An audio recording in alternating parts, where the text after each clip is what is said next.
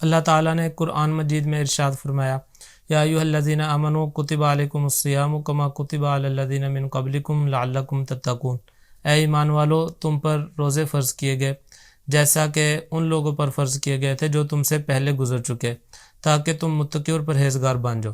اللہ تعالیٰ نے یا ایھا الذین آمنوا کہہ کر خطاب کیا، یا ایھا الناس نہیں فرمایا۔ یہاں سے بتلا دیا کہ جو روزوں کی فرضیت کا حکم ہے یہ ان لوگوں کے لیے جو ایمان لا چکے ہیں، جو مومن ہیں، ایمان کے دعوے دار ہیں۔ اور اس آیت مبارکہ کے اندر اللہ تعالیٰ نے فرمایا کتب علیکم الصیام کما کتب علی الذین من قبلکم، کہ تم پر روزے فرض کیے گئے جیسا کہ ان لوگوں پر فرض کیے گئے جو تم سے پہلے گزر چکے تھے۔ اب اس آیت کریمہ سے یہ تو پتہ چلتا ہے پہلے لوگوں پر بھی روزے فرض کیے گئے، مگر ہم قطعی طور پر، یقینی طور پر یہ نہیں بتا سکتے کہ حضرت آدم علیہ السلام پر کتنے روزے فرض کیے گئے، حضرت نوح علیہ السلام پر کتنے روزے فرض کیے گئے، حتیٰ کہ حضرت عیسیٰ علیہ السلام تک جتنے پیغمبر آئے ان پر کتنے روزے فرض کیے گئے، ہم تعداد کے متعلق کچھ نہیں بتا سکتے۔ ہاں صحیح احادیث کے اندر حضرت داؤد علیہ السلام کے روزے کا تذکرہ ملتا ہے کہ کان یصوم یومن و یفطر یومن۔ حضرت داؤد علیہ السلام ایک دن روزہ رکھتے اور ایک دن روزہ نہیں رکھتے تھے۔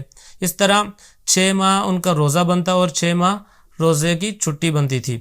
یہ حضرت داؤد علیہ السلام کے روزے کا تذکرہ ملتا ہے۔ باقی انبیاء کرام علیہ السلام پر کتنے روزے فرض کیے گئے اس کی تعداد کے متعلق ہم کوئی بات نہیں کہہ سکتے۔ اور امت محمدیہ، آپ صلی اللہ علیہ وسلم کی امت، ہم مسلمانوں پر کتنے روزے فرض ہیں؟ کتب علیکم الصیام سے پتہ چلا کہ ہم پر روزے فرض ہیں، مگر کتنے روزے فرض ہیں؟ اللہ تعالیٰ نے قرآن پاک میں دوسری جگہ پر ارشاد فرما دیا، فمن شہد منکم الشہر فلیصم، تم میں سے جو شخص اس رمضان کے مہینے میں حاضر ہو اس کو چاہیے کہ روزے رکھے۔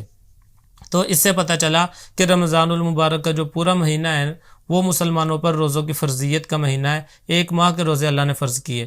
اب مہینہ 29 دن کا بھی ہو سکتا ہے اور 30 دن کا بھی ہو سکتا ہے، یعنی چاند کے حساب سے اگر چاند 1 دن پہلے نظر آ جاتا ہے تو مہینہ 29 دن کا، اگر چاند 1 دن بعد نظر آتا ہے تو مہینہ 30 دن کا۔ تو روزوں کا تعلق بھی چاند کے ساتھ ہوا۔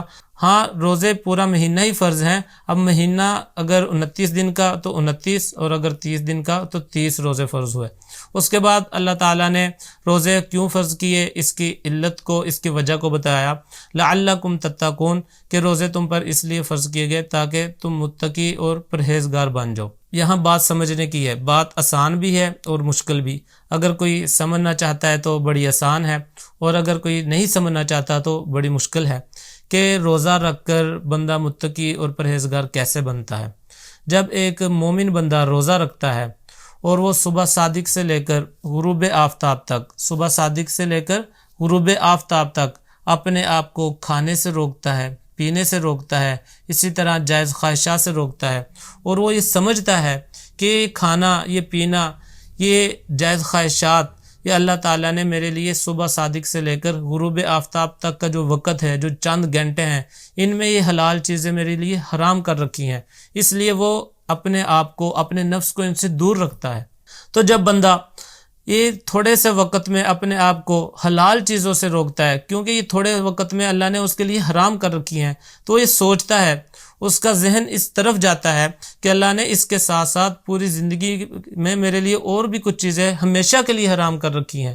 اس کے ذہن میں یہ بات بھی آتی ہے کہ چوری 12 مہینے میرے لیے حرام ہے، اسی طرح ڈاکہ 12 مہینے کے لیے اللہ تعالیٰ نے حرام کر رکھا ہے، زنا، جوا، سود، شراب، اسی طرح اور بہت سی چیزیں اللہ نے ہمیشہ کے لیے میرے لیے حرام کر رکھی ہیں۔ تو جب وہ روزہ رکھتا ہے تو اس کا ذہن اس بات کی طرف رہنمائی کرتا ہے اس کی کہ اللہ نے صرف یہ کھانا پینا اور جائز خواہشات ہی تھوڑے وقت کے لیے حرام نہیں کی، اس کے علاوہ مستقل طور پر بہت سی چیزیں اللہ نے حرام کر رکھی ہیں، ان سے بھی بچنا ہے۔ جب بندہ یہ سوچتا ہے، اس کے دل میں خیال پیدا ہوتا ہے، اور وہ پھر تقوی اور پرہیزگاری کا راستہ اختیار کرتا ہے۔ اس لیے اللہ نے فرمایا لعلکم تتقون، تاکہ تم متقی اور پرہیزگار بن جاؤ۔